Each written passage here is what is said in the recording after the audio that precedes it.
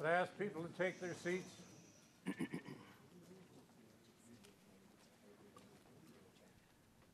Mr. Serrano.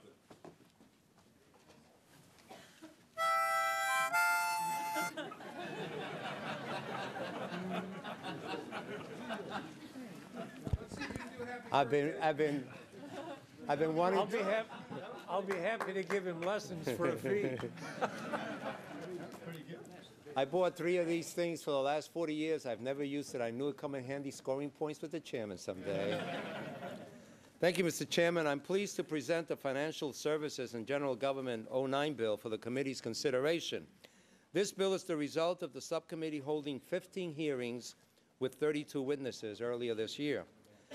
Before I discuss the bill, though, I want to thank the ranking member, Mr. Regular, on the work and leadership he has put into this bill. As we all know, Mr. Regular is retiring at the end of this year. This is a great loss to the committee, to the Congress, and to our nation, and I want to take some time, which I think is proper, just to say to you, Ralph, that in the 19 years I've been here, you've always been a gentleman, you've always been a brother, you've been a mentor in so many ways, and the year and a half, the 2 bills we've worked on, you've just been great, and certainly this Congress is going to miss you, this committee is going to miss you, and this nation is going to miss you, and I'm going to miss you personally.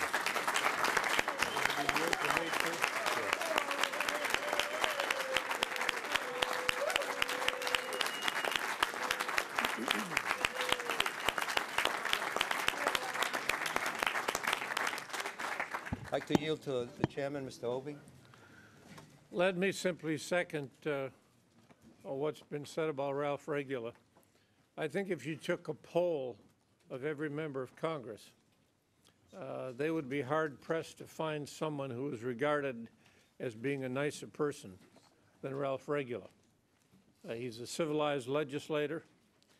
He's always worked his bills, and he is one of the most pleasant human beings to deal with I've ever dealt with in my life. I don't think people on the outside of this institution understand some of the deep friendships that can develop across the aisle. I know that probably the closest friend I've ever had in this institution was Bill Steiger, who came here from Wisconsin.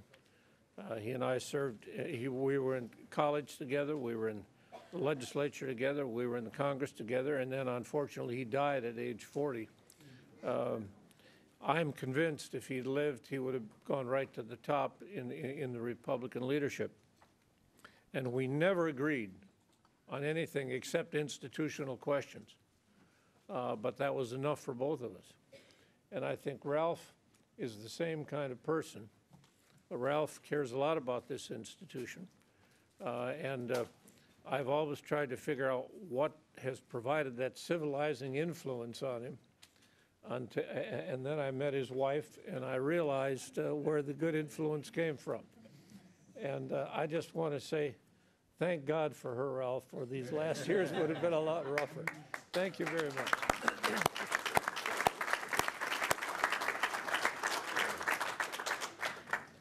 Thank you, Mr. Chairman. That makes up for my harmonica playing. This bill does many things to bring government closer to the people, to better fit its services and their needs. The American people expect and deserve the best services their government can offer. The subcommittee's budget allocation is $22.4 billion, which is the amount provided by the subcommittee's recommended bill. This is a tight but fair allocation. The allocation is $1.5 billion above the fiscal year 08 and $150 million, or less than 1%, over the President's request. We use that modest increase to try to fill a number of holes left by the President's budget. This bill directs funding to programs where we believe money will be well spent and will benefit, for example, disadvantaged communities and small businesses. These are important priorities that need to be increased from the President's budget. You have had a chance to look at the subcommittee's bill and report, so in the interest of time, I'm not going to go into a lot of detail, because during the other 2 bills I saw you reading, and I know you were reading my bill. However, I do want to highlight 3 important themes in this bill: consumer protection, small business development, and election administration improvements. Regarding consumer protection, the Consumer Product Safety Commission would receive $20 million above this year's level. These extra funds would be used to continue the effort we started last year to restore the Commission's ability to keep unsafe products, including unsafe imported products, off the marketplace. We're reversing years of neglect and budget cuts that left the Commission with a fraction of the people and resources it needed to do its job. Money is also available in the bill for the Commission to improve the safety of pools and spas so that tragedies involving children drowning can be prevented. Consumer protection is also important with respect to financial products such as mortgages. We held a hearing this spring that examined the situation facing subprime borrowers and what the Treasury Department and the Federal Trade Commission could do to address this situation. Treasury's Community Development Financial Institutions Fund, which would receive $105 million in this bill, or $76.4 million above the President's request, helps to expand the availability of credit, capital, and financial services to underserved communities throughout the nation, including those particularly hard hit by the credit crisis. The Federal Trade Commission would also receive increased funding for investigation and enforcement in the financial services area, including subprime lending investigations.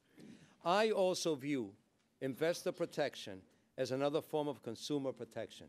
This bill includes $928 million for the Securities and Exchange Commission, which is $22 million above the current year and $15 million above the President's request.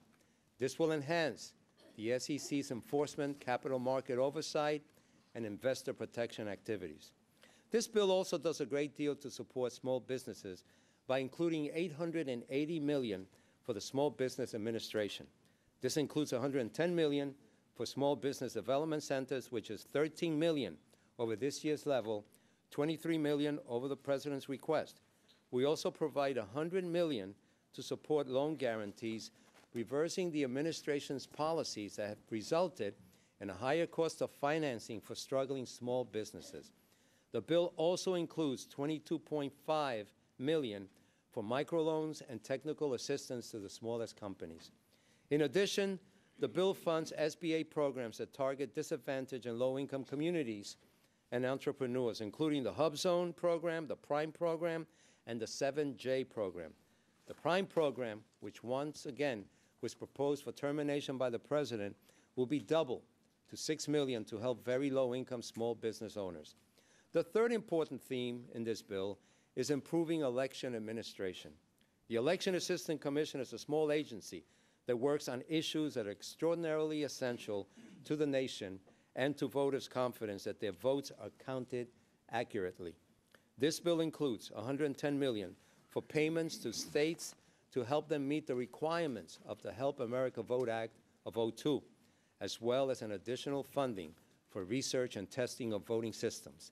This funding will help ensure that elections are fair, accessible, and accurate. This bill also includes a number of policy provisions that will address some ongoing congressional concerns. It includes, for example, a one-year moratorium on new competitive sourcing, also known as A76 activities. The provision halts this administration's controversial and detrimental federal workforce program until the next administration has had an opportunity to consider and implement its own workforce policies. Another provision relating to the federal workforce is the annual civilian employee cost of living adjustment. The recommendation in this bill is for 3.9% adjustment, which is the same as the adjustment the House approved for military personnel and higher than the 2.9% increase the President recommended. The mark also contains a provision to prohibit funds from being used in support of the IRS private debt collection program. Under this very misguided and wasteful program, the IRS allows private contractors to collect unpaid taxes and to keep up to 24% of the tax revenue that they bring in. This program should be terminated. The bill would also prohibit funds from being used to implement or enforce the Federal Communications Commission's recent changes to the newspaper broadcast cross-ownership rules. I believe that the loosening of media consolidation rules is detrimental to the goals of diversity in ownership and viewpoints, as well as to the localism and independence in the news media. The recommendation in this bill also includes provisions to liberalize travel to Cuba for Americans who have family members living in that nation.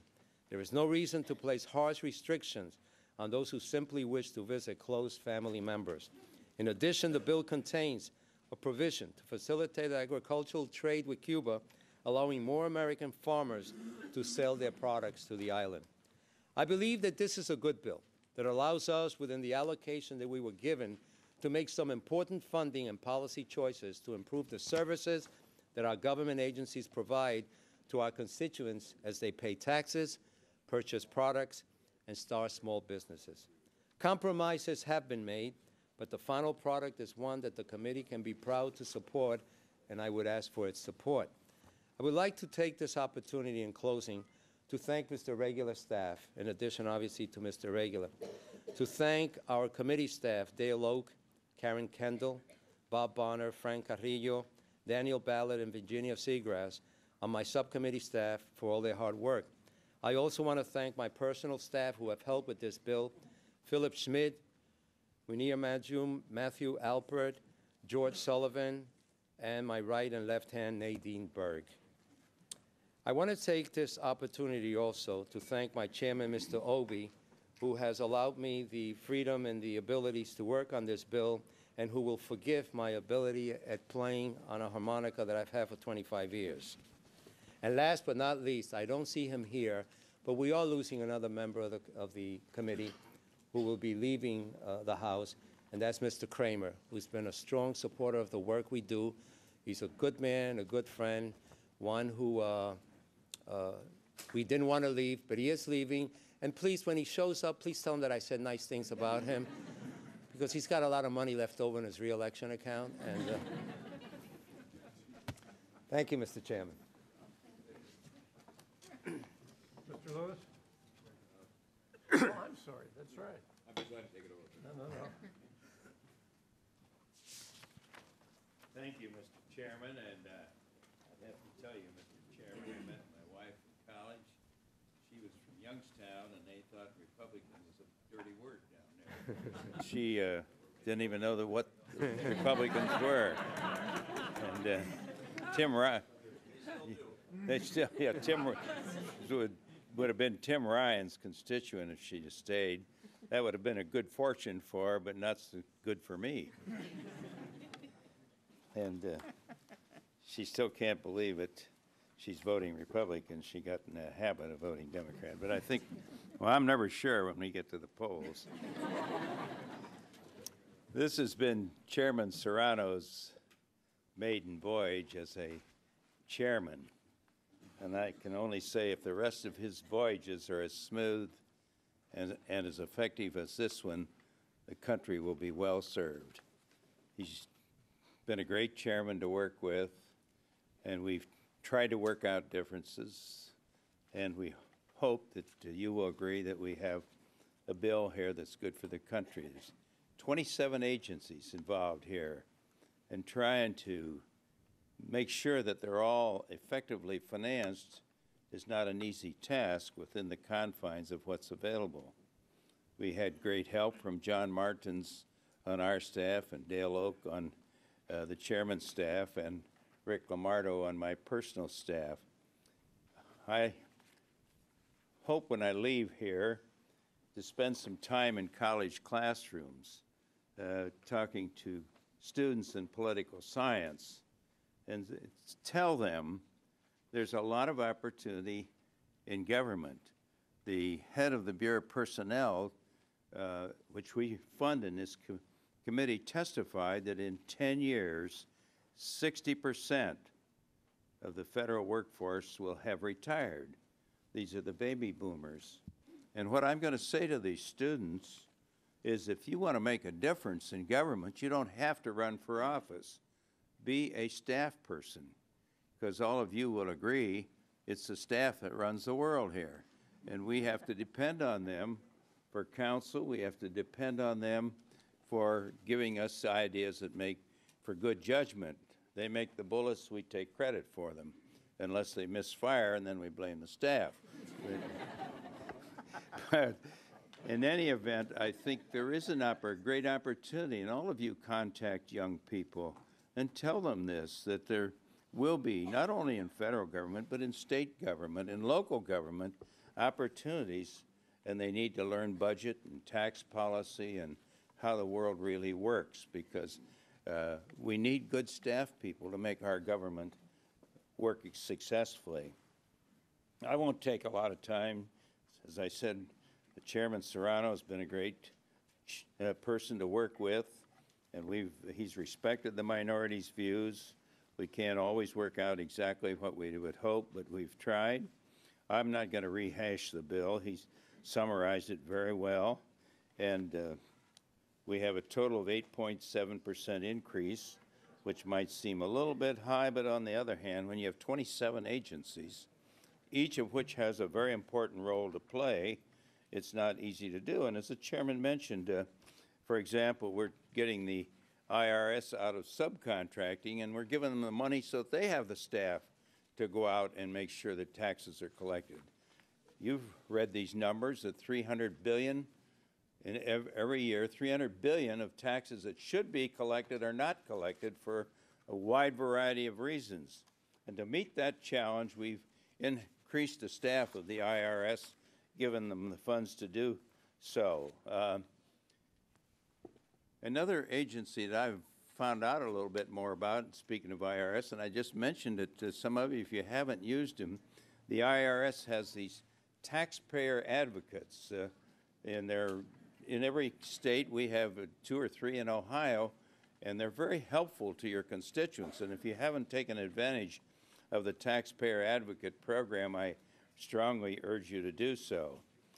The thing I also particularly like about this bill, and this is, again, supporting the President's position as an increase in federal payments to the District of Columbia.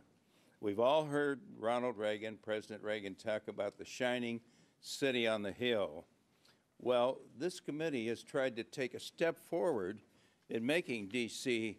the shining city on the hill. We've given them additional funds.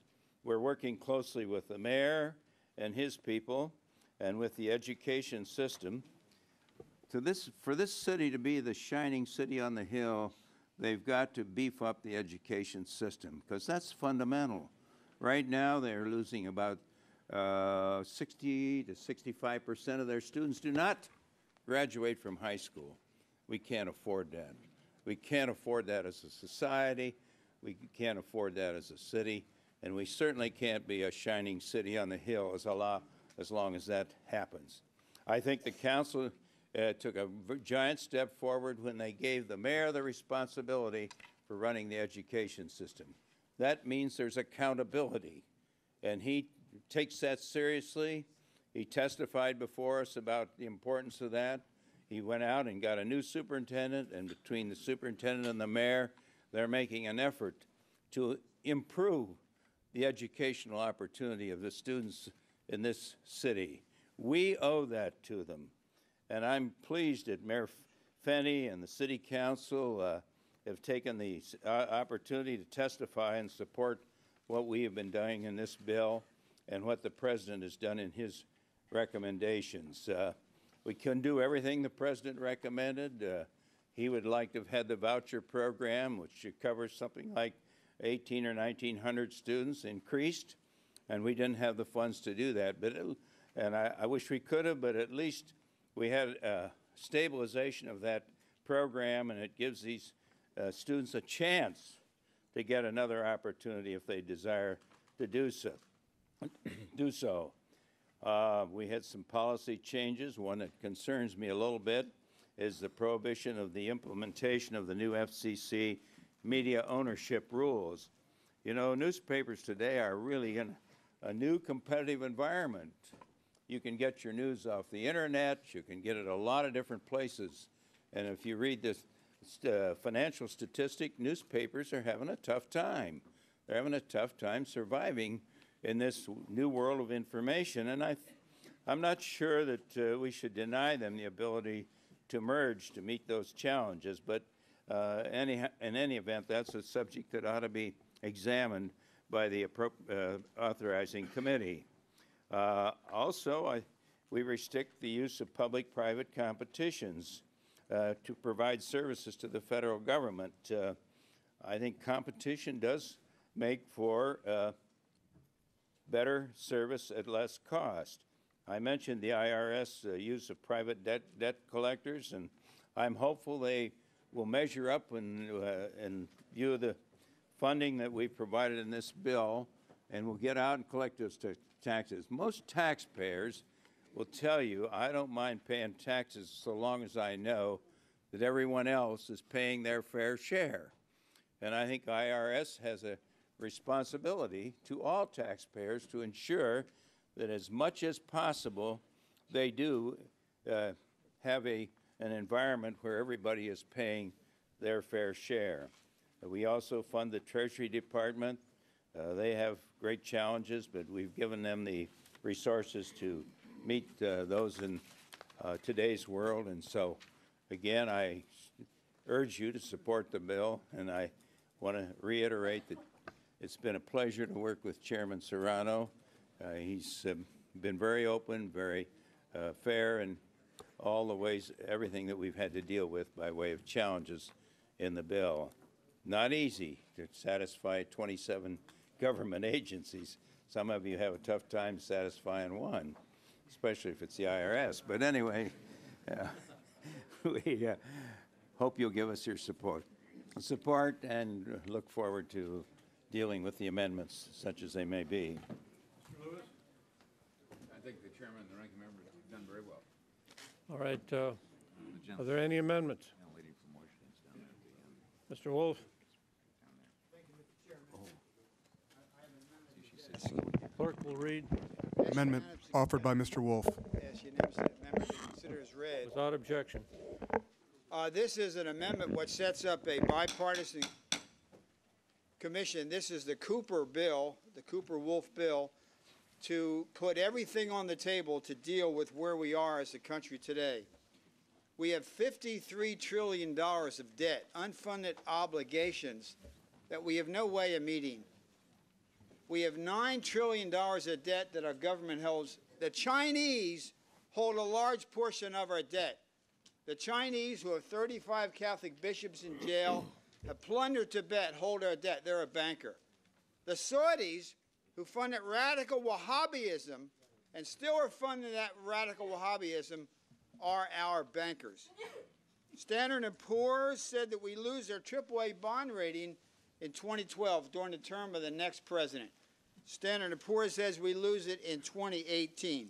The value of the dollar has dropped 40%. We had a meeting yesterday, and Mr. Regula was there, Pete Peterson and the former Comptroller General David Walker. They said the dollar is so weak that elephant drivers in the rural parts of India will not take the American dollar.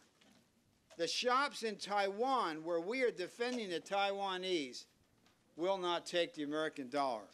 Our country is facing a terrible crisis, and we have to deal with it.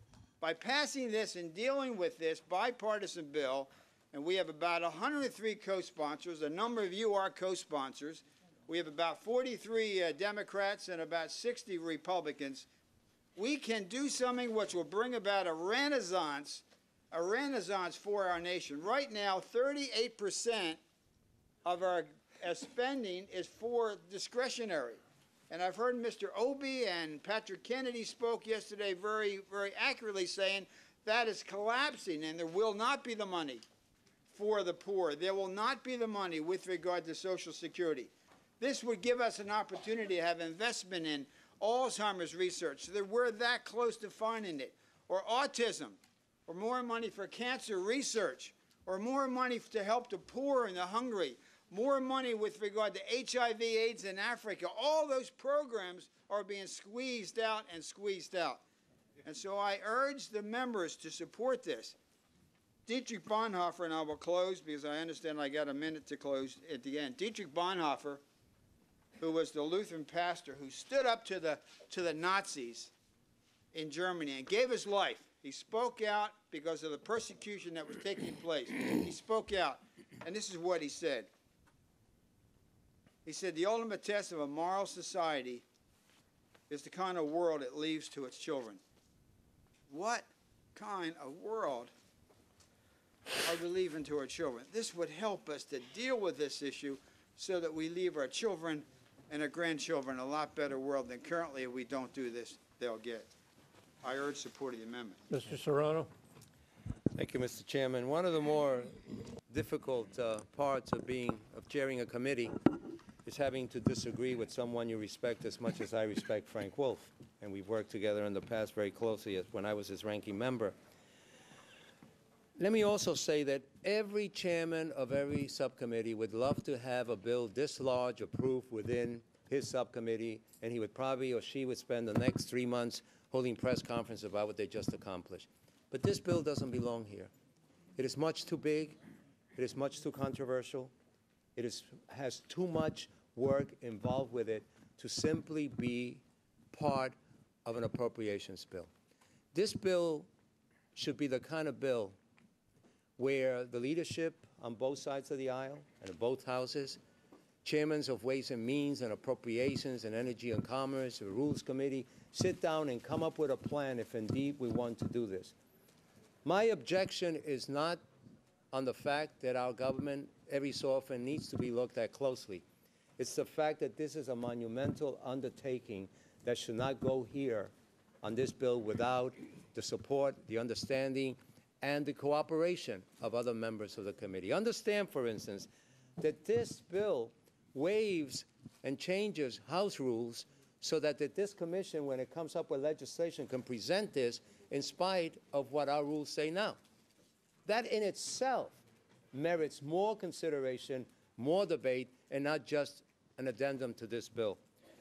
Secondly, the bill would establish a commission that would take a look at the whole government and then propose changes in that government.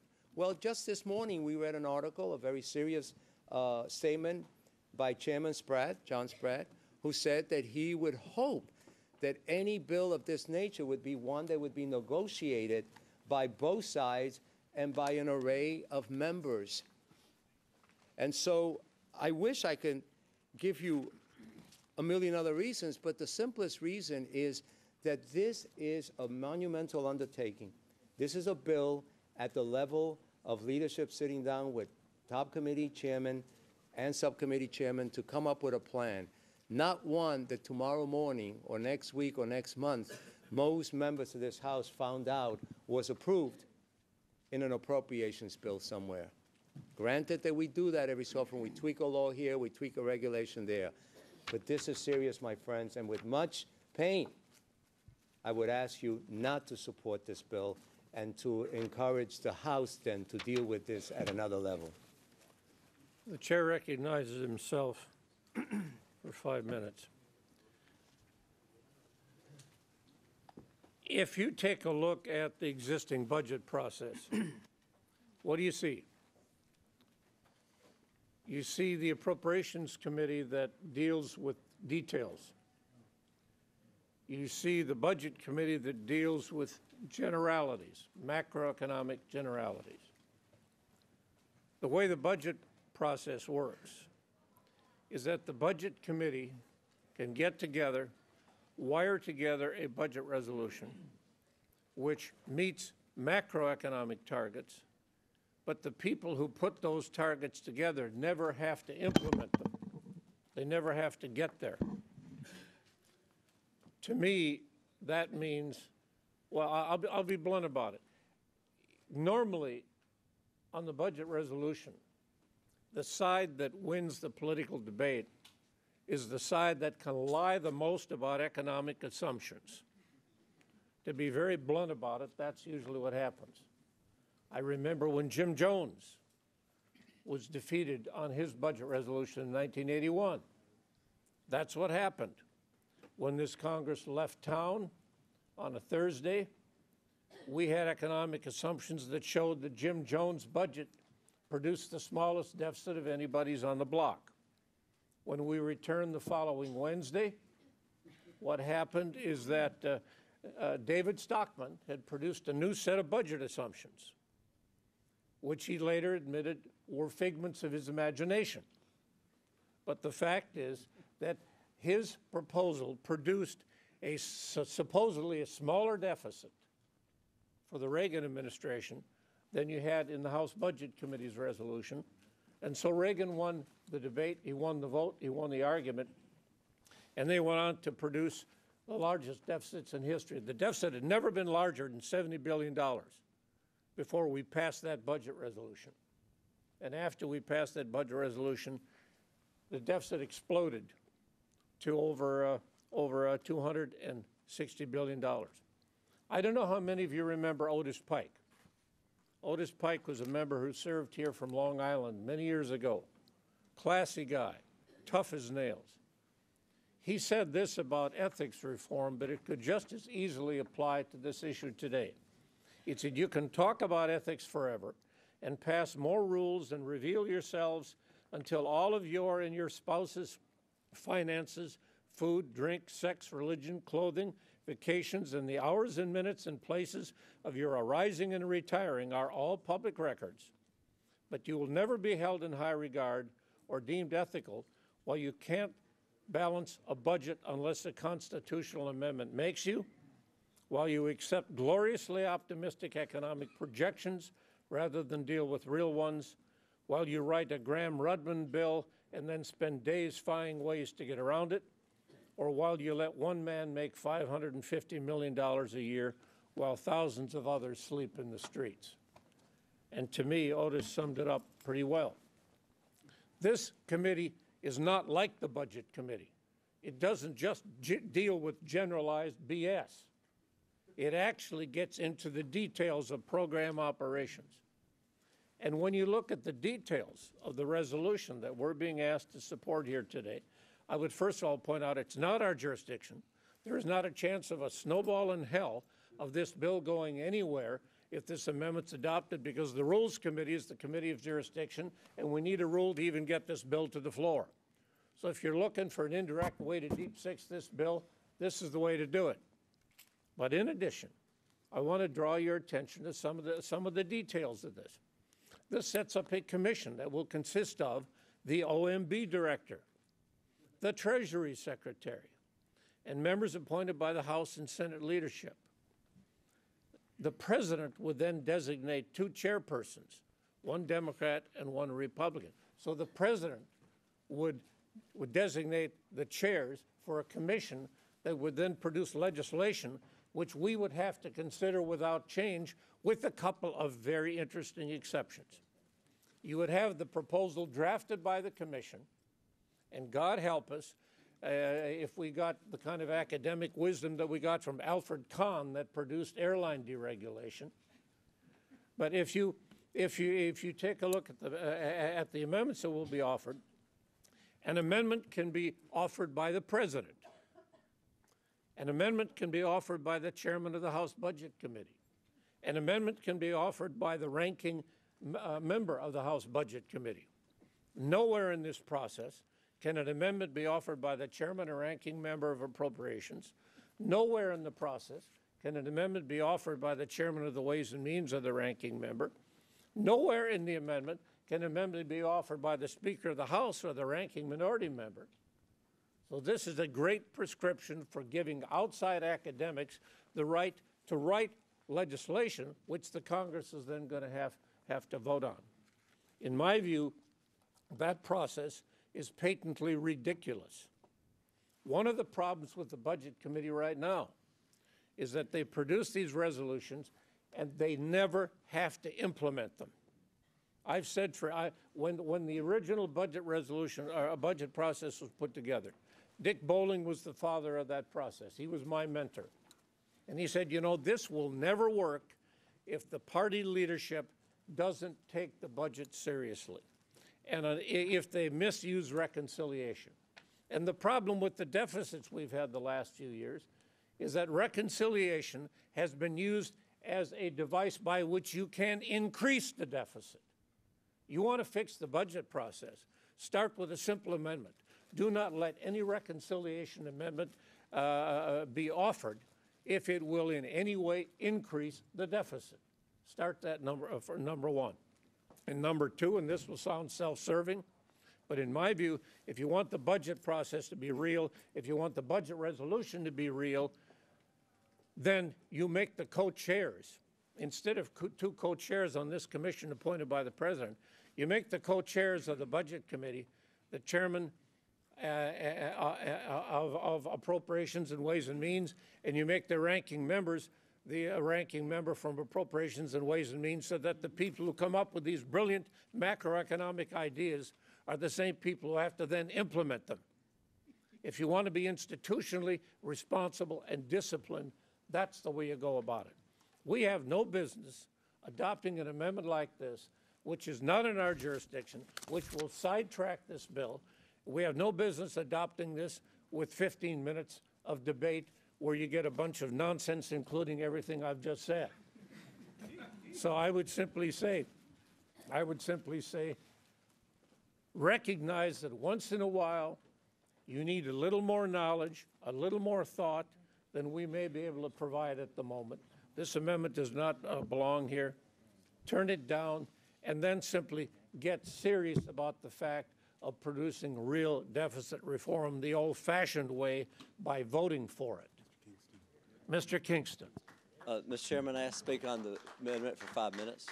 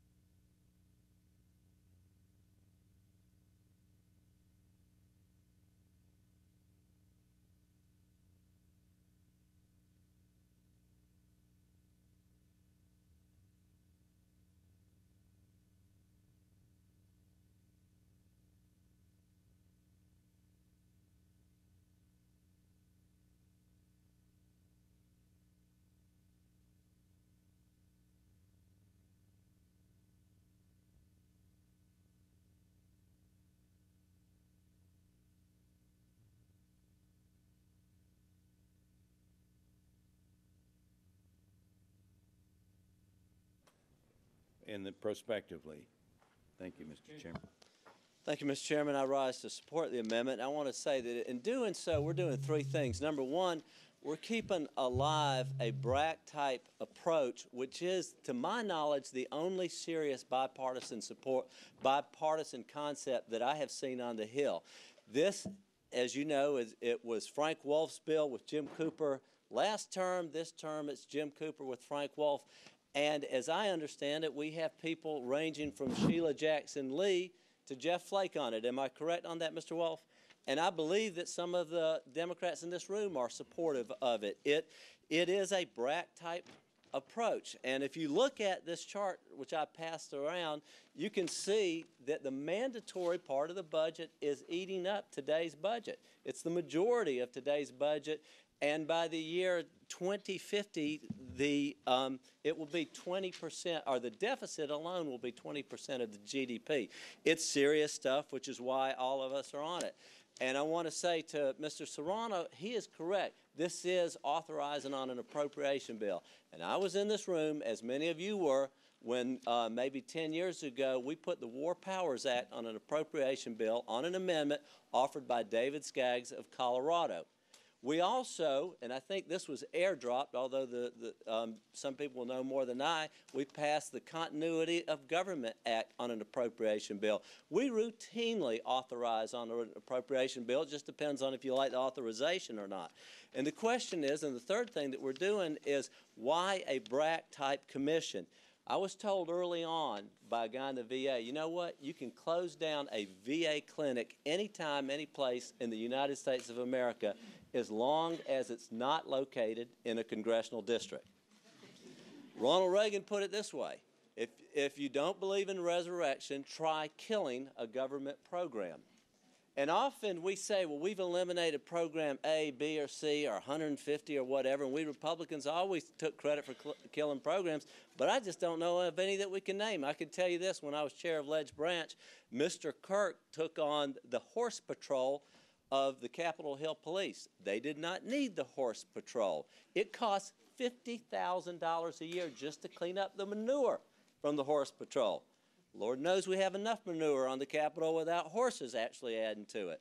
And they had to be trucked in from south of Alexandria. It was a $200,000 a year program. We finally killed it, but it took 4 years. Some of you may remember the Congressional ICE Delivery Program. It was only $375,000. But every day, somebody would deliver to your office a bucket of ice, even though the refrigerator had long been invented. It took many years to get rid of that. I was in a conference once with the Senate when we found a $3 million appropriation for an agriculture program that no one in the room knew what it did, including staff. And so the House position on a bipartisan basis was, let's eliminate it. But you know what? The Senate said, no, let's just leave it at $1 million. And say, what? Why? No one cares. Cut the damn thing. But the Senate just could not do it. And incidentally, it was a Republican senator when we were in charge. But I can say this: I think one thing we've proven is that whenever it's time to cut something, it's not here, not that program, not in my district. I think that Republicans and Democrats are both guilty of this. And so bringing in a BRAC-type commission, I think, is a viable alternative. And I agree with Mr. Obey. We should modify it. We should put on appropriators, and we should probably take a good look at it. But I believe this concept needs to be kept alive, and by moving this forward today, maybe ultimately it gets spun out of the bill in conference. But I think we appropriators, who are always catching the inbound criticism, I think this is one thing that we can make a serious statement on today and let the will of the House work itself on this. And with that, I yield, and I urge strong support of the Wolf Amendment.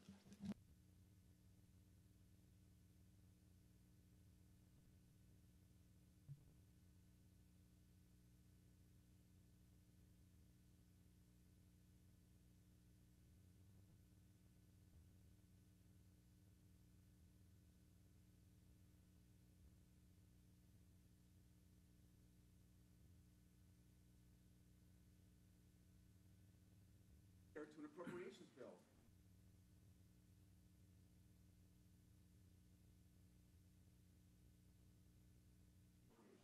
So if we're going to tweak this formation. Mr. Boyd? Thank you, Mr. Chairman.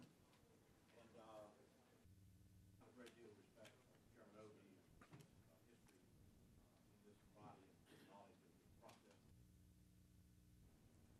And also Mr. Serrano, and I agree. We agree on all the mess.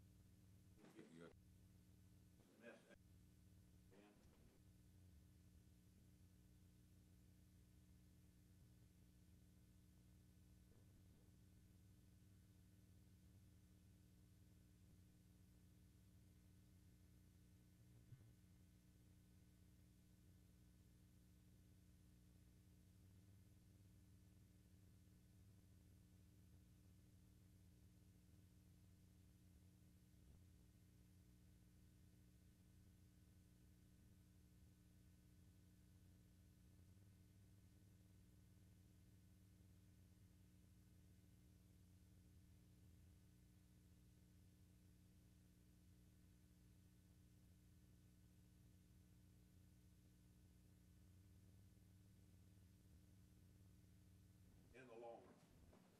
And if we don't do something quickly, the country that your children and grandchildren will live in, the economy they will work in, will be significantly different than your parents and grandparents left us. It'll be a mess. You know it, and I know it. You're looking at tax rates in the near future that'll be in the 70 to 90% range if we don't do something about this problem that exists, this cruise control problem that we've created for ourselves over the last 40 or 50 years, maybe since World War II. And we have to address it. Now, I don't have any illusions that this Wolf Amendment will ever be signed into law as part of this appropriations bill. I know Chairman Obie is right about that. But I think it's time that we as a Congress and as a nation begin to have the debate about how we fix this problem. Because the longer we wait, Chairman Regula, Mr. Regula, the longer we wait, the more difficult it becomes to address. I don't want to be on the porch rocking with my granddaughter 20 years from now when she's just gotten her first job and her tax bill is 80% of her salary, and she says, "Granddaddy, weren't you in the U.S. House when all this mess was going on? Didn't you all have a balanced budget in 2000, and 8 years later, you're on cruise control for systemic deficits as far as I can see and a wreck?" So we have to begin this discussion. The time to begin it is now. I'm going to vote for the bill and amendment, and I would encourage you to. And I'll yield back. Let me inform the committee we're expected to have a series of votes in about 10 minutes. Thank you, Mr. Chairman. I'd like to repeat the great things said about Chairman Wolf. I don't think there's a finer person in this Congress in terms of desire to do the right thing and the moral courage that he has. But I do disagree with this idea, and I would urge a no vote on it for the following reasons. The last time we had a surplus in this federal government occurred a number of years ago. Now, there is dispute as to whether that surplus was simply purely related to market conditions that had nothing to do with choices made by the administration in power or the Congress in charge at the time. But we do know coincidentally that ever since that administration, there has been a different economic philosophy that has coincidentally resulted in these catastrophic threats to our children and grandchildren. I choose to believe that it is irresponsible for legislators to say, as has been said over time, if you just require us to do something, we'll do it. If you just make us if you give us a constitutional amendment that requires us to balance the budget, then we will. It kicks the problem down the road, as in my opinion, respectfully, this idea kicks the problem down the road. Take responsibility for the economic our presidential candidate or yours. If you think continued tax cuts for the wealthiest in the world are going to continue to solve our problems, as you think we've been solving them by creating the hugest deficits in the history of our republic, they keep espousing those ideas, and the people will continue to look at us, or look at you, as being wrong. When you get the people's power in the majority, it's your responsibility to produce results, and if not, don't blame the people, blame yourselves, and hope that the new group of people put in power act more responsibly than you did. I don't want to kick this problem down the road if we are lucky enough, in my opinion, to have a new change of administration and a bigger majority in the House and Senate. Then blame us if we don't produce results. Unless my excuse to you could be, well, I would have done it if you had made me.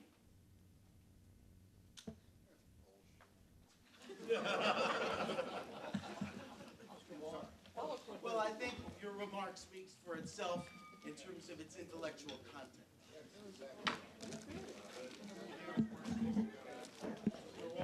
Mr. Chairman, with the greatest respect for you, sir, and the subcommittee chairman and everyone who has spoken, I rise in an unusual position to speak for Representative Jim Cooper of my state, the original author of this underlying proposal, a Rhodes Scholar, a policy wonk, a very smart member of the House, and frankly, the conscience on your side of the aisle for these matters. A person who calls it like it is without fear of making people mad. I rise for him because in our delegation, 6 members co-sponsored this legislation, 3 Republicans, 3 Democrats, led by Congressman Cooper. I'll say this, with the 2 presidential candidates saying what they're saying about this committee's role in the process of directing funding, we face a constitutional crisis on the Congress's role of spending, the power of the purse, Article 1 of the Constitution. That is down the road, sometime next year, maybe the year after. I think this being included would make a statement that the big issues must be addressed. Or as Mr. Kingston did say, we are going to be the whipping boy of this problem when in fact we are a small and shrinking part of this problem, and we all know that in our heart. And I understand even if this were included, this would not even be considered probably until March of next year to become law, and then we're another 8 or 9 months down the road to ruin, and we all know this is true. Mr. Rothman, respectfully, this is not about blame. We have accepted a lot of the blame. We did not stay true to our principles, and we lost, and we may lose again. I don't give a crap about which party wins. I think Mr. Wolf is right. We got to start thinking about all of us, and how do we get our arms around these big problems. I don't even like David Walker, but he is right. I don't even like him. He's an arrogant man, but he is right. I'll be happy to yield to you, Mr. Chairman.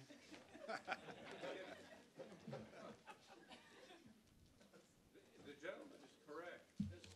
Even if this were to be adopted, it would not see the light of day until next year. Yes, sir. So let me ask you, if Mr. Obama is elected, why on earth would you want to turn over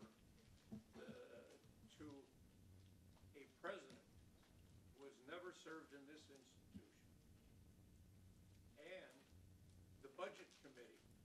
Why would you want to turn over to them the controlling interest in what happens to this process? Mr. Chairman, improve the underlying amendment as we go to conference in any way, include the appropriators. I want that new president to see that the Congress is not going to just blame everything on the discretionary portion of the budget when the entitlements are running unchecked, and we know it. The gentleman would yield again. Yes, sir. It seems to me a peculiar way to defend the prerogatives of this committee by turning over everything to a process which puts the Budget Committee in the driver's seat, along with OMB who are likely to disagree with it.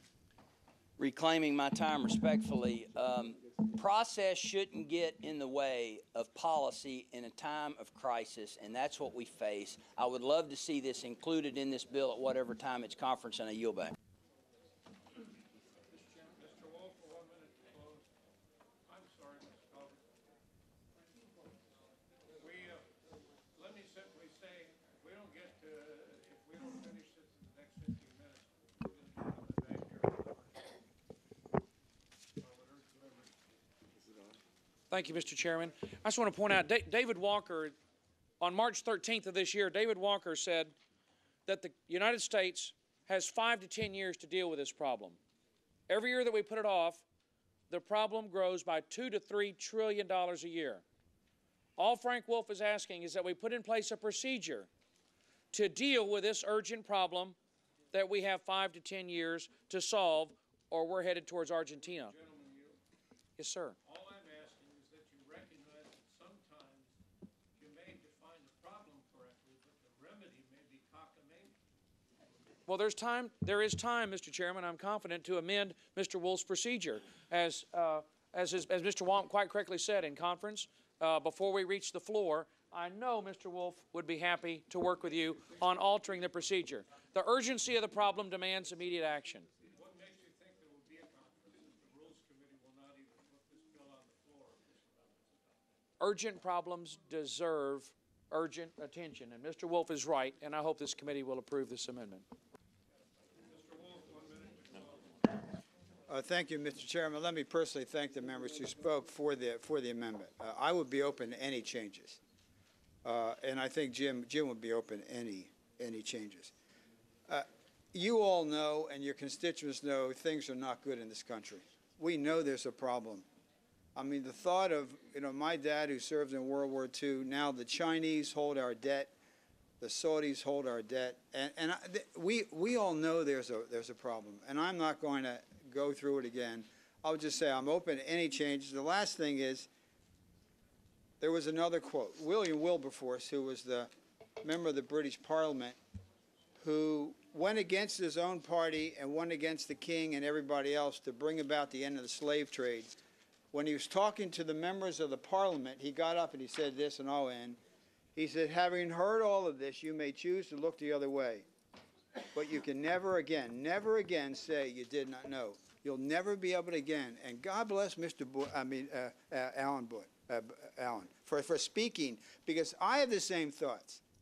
I have 13 grandkids, and I worry someday that my grandkids are going to say, Papa, when you were there, did it, and Alan, for you speak up, and I know it's not always easy to go against the grain, and that's what and we all know this. We know it, and so if you have any other changes, if you have a better idea that can pass, I'm all for it. But until that time, you can never say, this country is economically in trouble, and both political parties are at blame.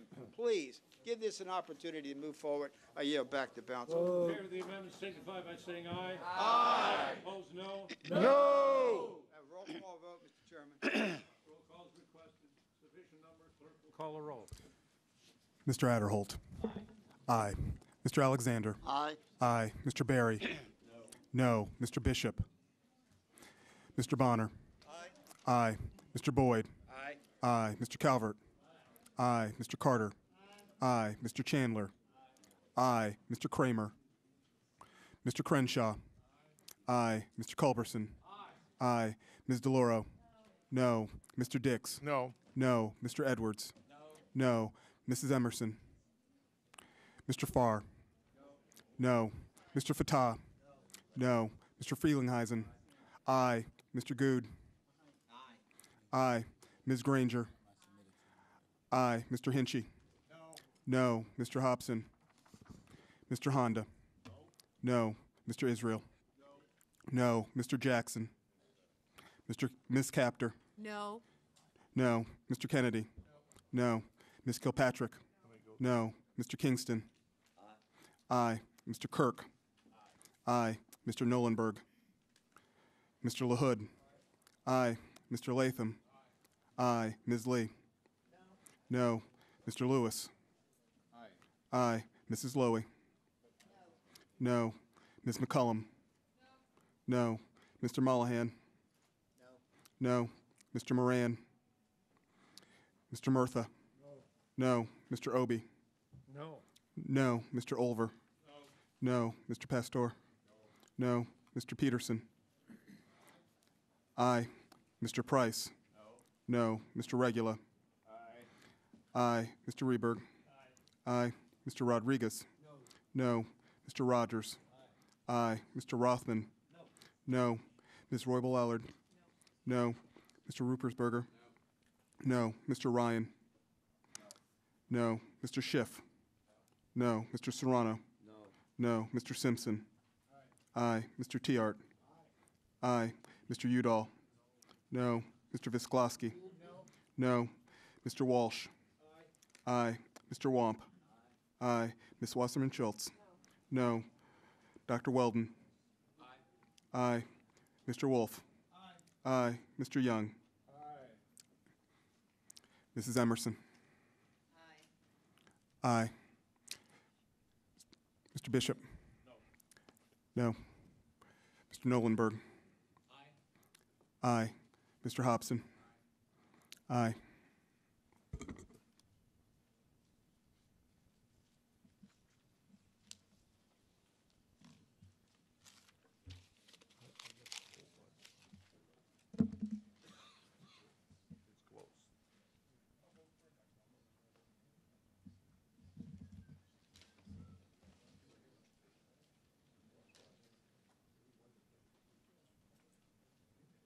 (31 to 32).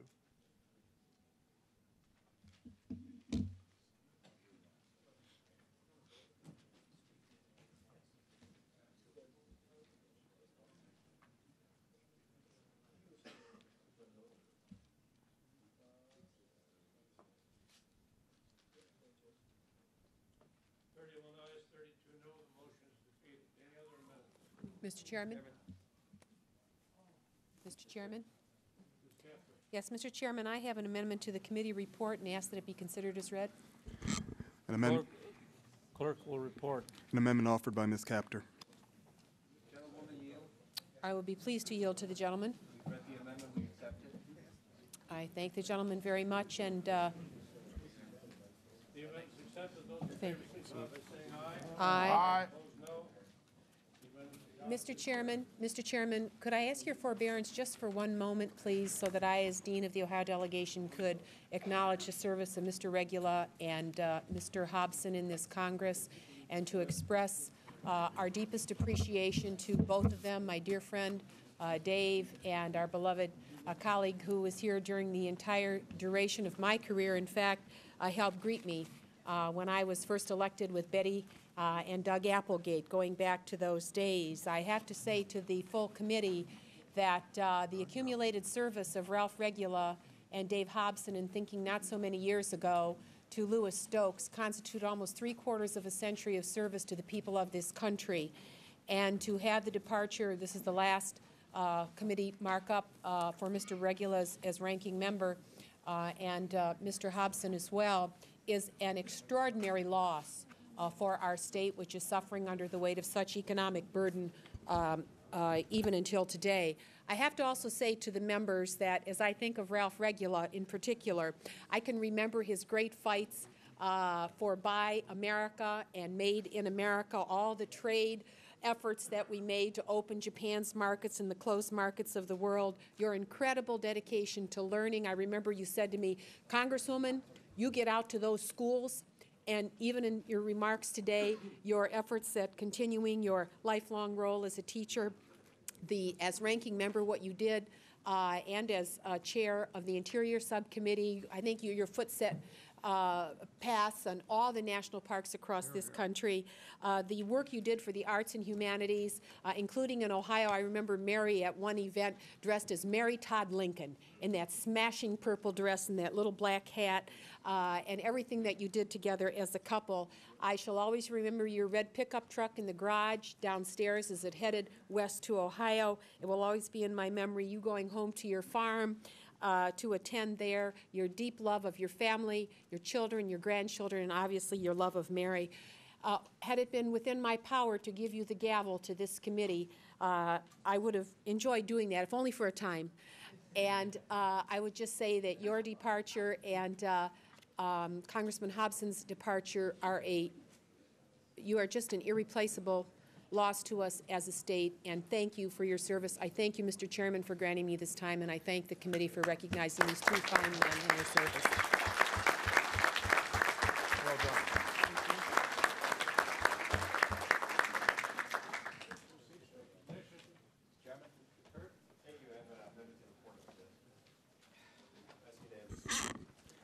Without objection. An amendment offered by Mr. Kirk.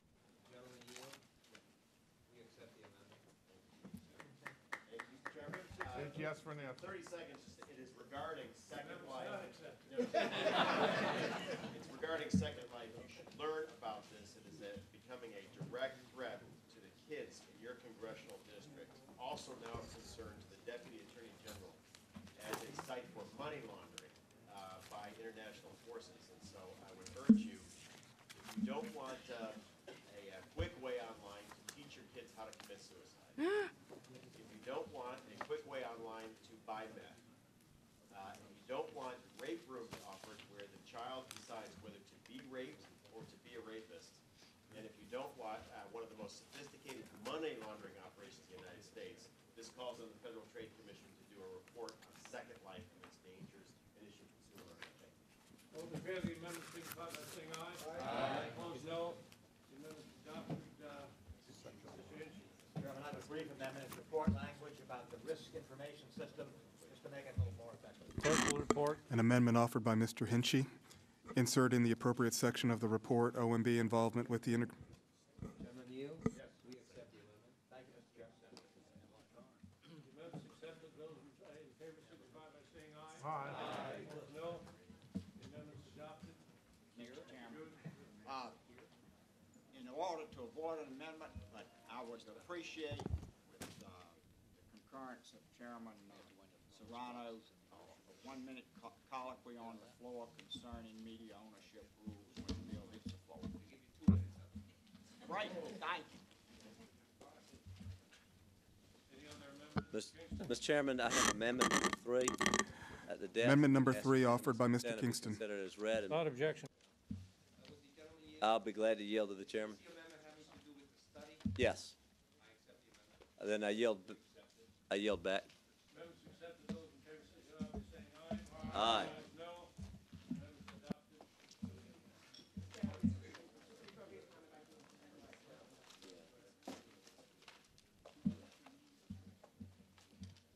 I don't want to hold us up very much, but I do want to thank both Mr. Regula and Chairman Serrano for their efforts on this bill, particularly with the $6 million in funding for the state grant incentive program, as well as the education program on the Virginia Graham Baker Residential Swimming Pool and Spa Safety Act. Drowning is still the #1 killer of children under 5 years old in this country, #2 of children under 14, and I know that Chairman Serrano and Mr. Regula are extremely committed to that. That having been said, I do also rise in strong objection to the language that is included in this bill, the general provisions related to easing the restrictions on travel to the nation of Cuba. Very briefly, this is a nation that is one of the 5 countries that has been designated as a terrorist state. Even with the transition to Raul Castro versus Fidel Castro, nothing has changed. The oppression still exists. There have been no concessions, no easing of human rights. We need to make sure that when we make concessions to a country like Cuba, that it is an exchange for improving the quality of life and human rights that are enjoyed or not enjoyed by her citizens. There are no human rights enjoyed by Cuba's citizens, and they do not deserve the concessions that are made in this bill, and I strongly oppose them.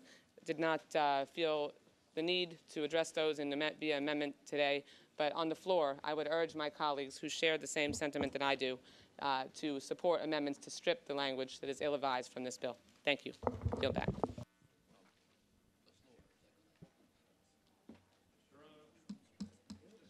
Clear to the members who will be voting for this bill what the language is. I respect the gentlewoman's belief that we should continue to isolate the island of Cuba as we continue to deal with China, Saudi Arabia, and other countries that we deal with throughout the world, Vietnam, North Korea. But let me be very clear and very precise and very quickly tell you what the Cuba provisions are.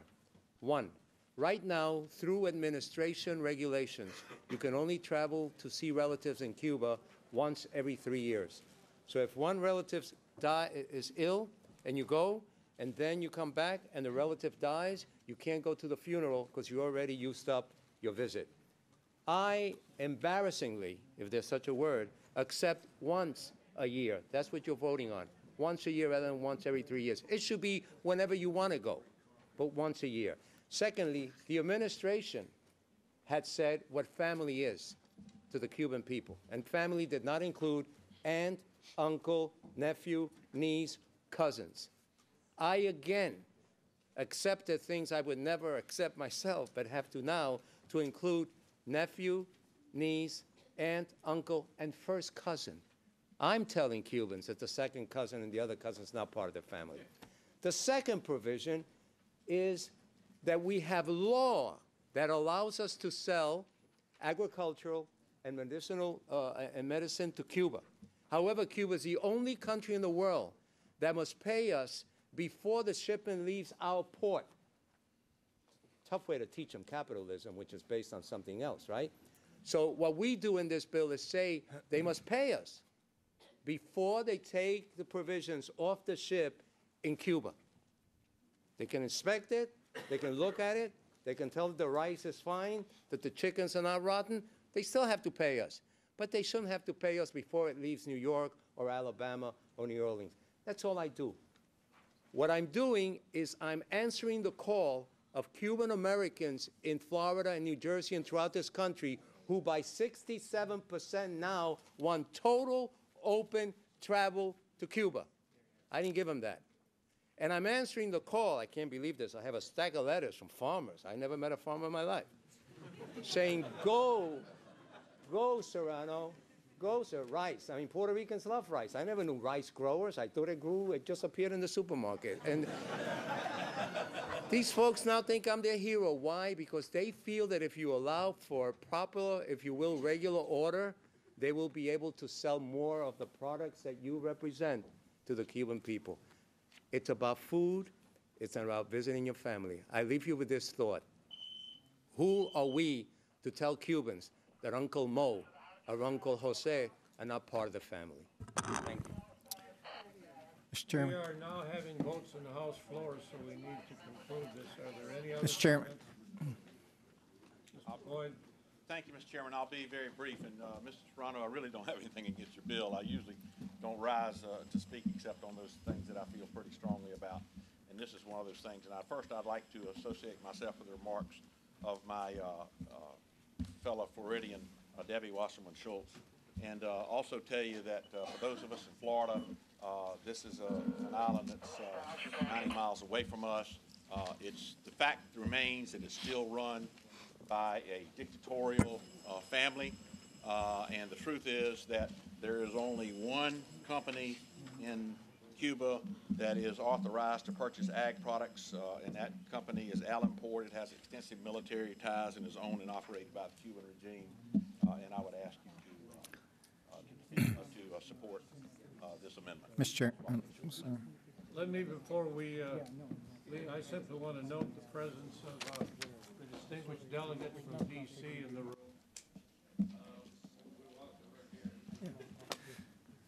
Rosa. Mr. Chairman, I was not planning on saying anything with regard to what is in the bill that Mr. Ron has spoken about with regard to Cuba, but I had truly the honor of taking a delegation to Cuba. My part of the delegation, it was now a year ago. Mr. Kingston, Mr. Alexander, Mr. Berry, and help me guys with whoever. Anyway, bipartisan. We went down specifically to the Allenport Convention. And who was at the Allenport Convention? There were 200 American business people, whether they were from Georgia, whether they from Alabama, whether they were from Arkansas, they were from all over the country, and they met with us and they talked to us and they said, this is madness. We're getting rice from Vietnam when we can be getting rice from Arkansas. And I think it was Mr. Berry who went and saw the rice offloaded at the port there. We are hurting American farmers and American business people. We can make all the ties we want with repression and so forth, but let me just tell you, we do business with Pakistan every single day, and we truly sit here today and we believe that Osama bin Laden is somewhere in the hills of Pakistan, and we don't seem to have a problem about that. We work it out. And we have Cuba, where we have, my God, you know, I come from a Latin family, from the Mediterranean family, and when you tell me that I can only see this aunt or that aunt, I don't know if anybody else knows it, but our families are extended. And to put that kind of a restriction on families is true. It is oppressive. We are being oppressive. Okay, Mr. Chairman. But I just speak on the business side. We want to talk about new markets, new revenue for farmers. Let's open up our markets to Cuba and let our farmers, our ranchers, People think there's a motion on the floor, and there's not. If there are no other statements, the chair will entertain a motion. Mr. Chairman, I move the bill as amended be favorably reported to the House. God bless you. Vote on that amendment?